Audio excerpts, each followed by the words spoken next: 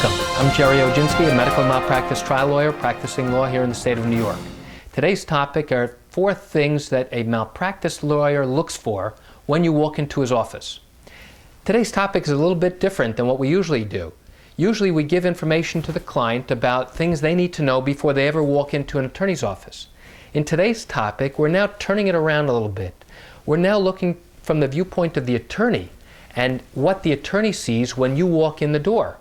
And this will give you some insight into what an attorney looks for into a client as to whether or not the client is right for the lawyer.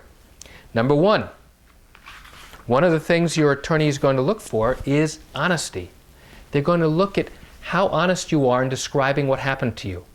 And the reason they do that is because honesty will be the keystone of your case. Your credibility is the be-all and end-all of your case. If you are not credible in telling your story and explaining what happened to you, your case is over before you even begin. It is so crucial to explain to the attorney as best you remember what occurred in a straightforward and honest fashion.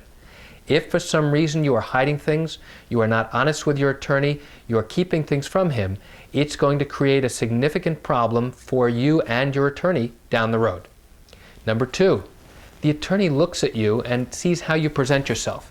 Do you come into his office in t-shirt and torn shorts and sandals, or do you come in dressed in a suit and tie?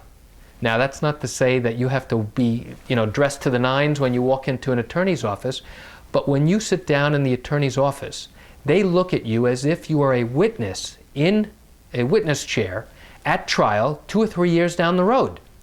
They look to see whether you will be presentable to a jury, and how you present yourself is very, very important from an attorney's viewpoint. Number 3, an attorney looks to see whether or not you have a desire to seek justice, or are you the type of person who seeks vengeance and you want retribution against whoever it was that did you wrong. And there's a subtle distinction. Both people are coming in to achieve the same result, but the manner in which one client will do it over another makes all the difference in the world. And why do I say that?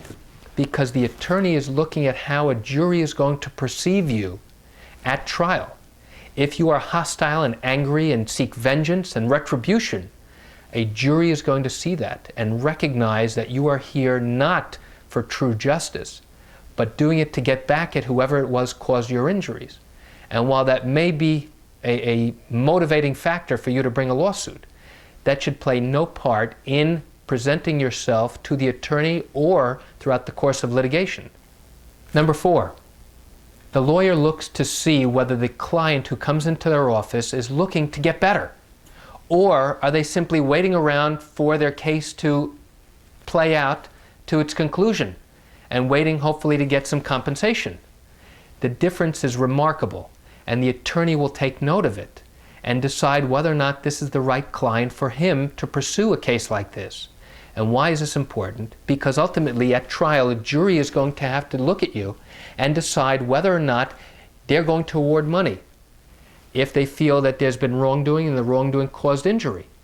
And they'll have to decide whether it's better to award money to somebody who's tried to make the best out of their lives and their disabilities by trying to go to work, by trying to improve their life, by trying to better themselves in spite of their injuries, or do they just waste their day during the day at home, sitting around watching TV and doing nothing? And it's understandable that many injuries prevent people from going to work and doing their daily activities, but if you don't have the opportunity or ability or desire to go out and better yourself, that will come through and show to a jury ultimately, and it's going to affect how your case is perceived not only by your attorney, but by the jury. And that's it for today's topic. Thank you for joining me. I'm Jerry Oginski. Have a great day.